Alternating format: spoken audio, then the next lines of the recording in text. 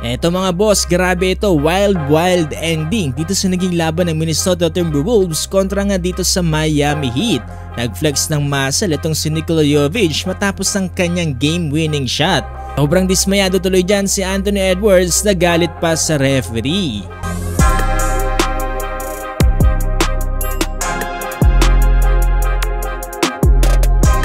Pero daanan muna natin itong napakaangas din na laban dito nga ng Denver Nuggets kontra nga dito sa Dallas Mavericks. Pero bago yun mga boss, 11-11 na ngayon dito sa Shopee. Baka gusto nyo subukan itong Molten Basketball. Dating 1,999 to, ngayon ay mabibili mo na lamang ng less than 500. 75% off ngayong araw, i-click mo lang yung link sa comment section. Eto, grabe rin kasi naging game-winning shot dito ni Michael Porter Jr. para maging lamang ng 2 points dito ang Nuggets sa final score na 122-120. May 6 seconds pang natira dito sa oras para sa Dallas Mavericks, kaso nga lang bigong maipasok ni Uncle Drew ang kanyang game-winning shot.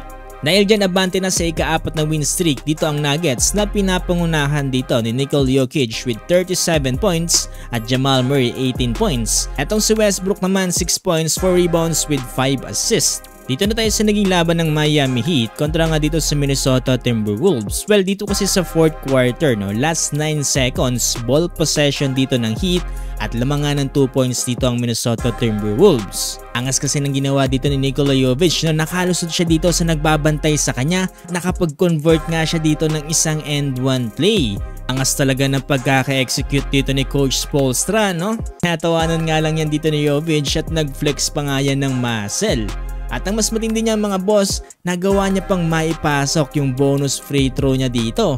Dahilan para mangilamang sila ng isang puntos, 95-94. Pero may huli pang pagkakataon dito Minnesota Timberwolves dahil may last 8 seconds pang natitira dito sa oras. Amuntikan pa nga dito yung Miami Heat nang ma-foul dito ni Tyler Hero itong si Mike Conley. Pero swerte pa rin ng Heat dahil yung ma-foul ito ni Tyler Hero, wala sa shooting motion itong si Mike Conley kung hindi nasa floor. Kaya may last 3 seconds pang natira dito sa oras at sinubukan ngang ulitin dyan dito ng Minnesota Timberwolves ang kanilang play. Pero na-predict na yan dito ng Miami Heat kaya nanalo sila dito sa final score na 95-94. Grabe mga boss, halos mabad trip dyan si Anthony Edwards dito nga sa mga referee. Kailang gusto nyo nga niyang mangyari na foul daw ito during shooting motion itong si Mike Conley. Kaya dapat nga daw may free throw itong Minnesota Timberwolves at may pagkakataon pa sana silang maipanalo dito yung laban. Pero yun nga mga boss, hindi naman kasi talaga basta-basta nababago yung mga tawag dito ng referee. Ito nga pala sa naging laban na to, nanguna dito para sa Miami Heat atong si Tyler Hero with 26 points na sinusundan dito ni Nikola Jovic with 15 points. Ito naman para sa Minnesota Timberwolves, etong si Anthony Edwards na merong 22 points, 5 rebounds, and 6 assists. Na sinusundan niyan dito ni Julius Randle with 17 points. Ano masasabi nyo dito sa naging laban na to? Tama nga lang ba ang tawag ng referee dito?